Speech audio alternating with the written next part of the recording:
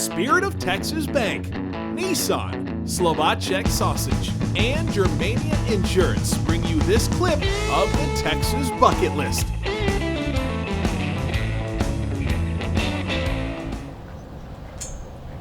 Howdy, and welcome back to the Texas Bucket List. Next up on the show, we get a poignant look at a prickly piece of Texas history that's said to have killed the cowboy. You see, today we're used to this little invention known as barbed wire, but just a few generations ago, it was groundbreaking.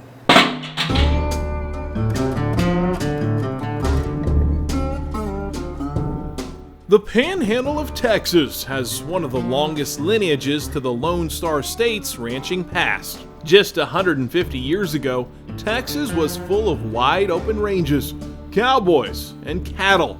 But in the late 1800s, that all changed with an invention known as barbed wire.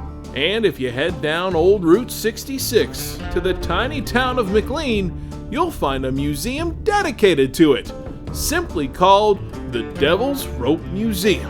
What kind of reactions do you guys get when people come into this place? That we're crazy.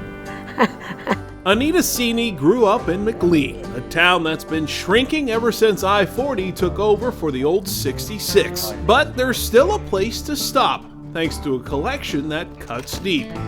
Nicknamed the Devil's Rope, barbed wire cut our ties to cowboys, cattle drives, and the nomadic way of life.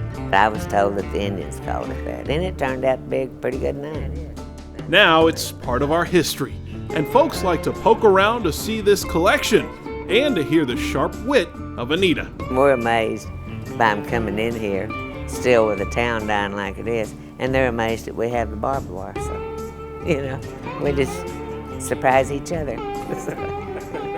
And she's partial to her flock of fencing. There's another museum in Kansas, but it's not like this one. This one's a good one. While this museum isn't bustling with visitors, Come in and visit with us. We get lonesome because we'll sure talk. there are days that folks don't sit on the fence about diving into Devil's Rope. People are liking me today, which is good. Need the business. Since 1991, the museum has been telling the story of barbed wire, an invention that was invented several different ways until Joseph Glidden's patent was declared the official winner of the barbed wire race and became the standard. And now see, that would hurt. And that would hurt. I think all of it would hurt. Yes, It's amazing to think how steel wire changed everything. it did.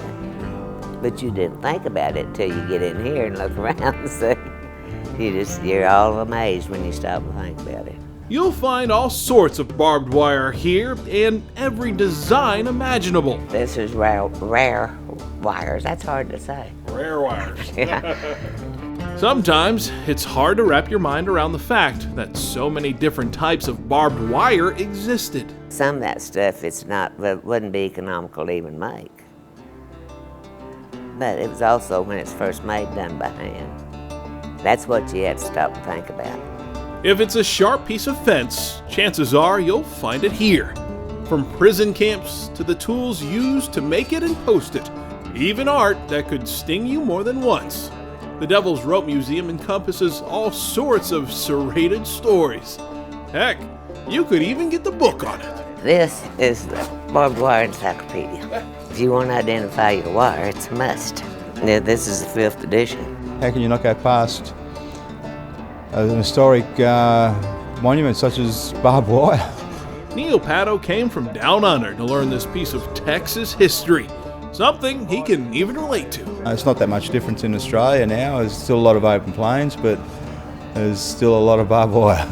Yeah, I've been visiting a lot of museums, and this is very impressive. Everybody needs to come in and see it once. You can see it's a tough life, it's not easy. The more you look, the more amazing it gets, see? Poet George Rhodes wrote an ode to Devil's Rope in a poem called Wire. Its final stanza: millions of cattle pushed up the trail, adventure more than you could desire, creating legends and myths galore before the coming of the wire.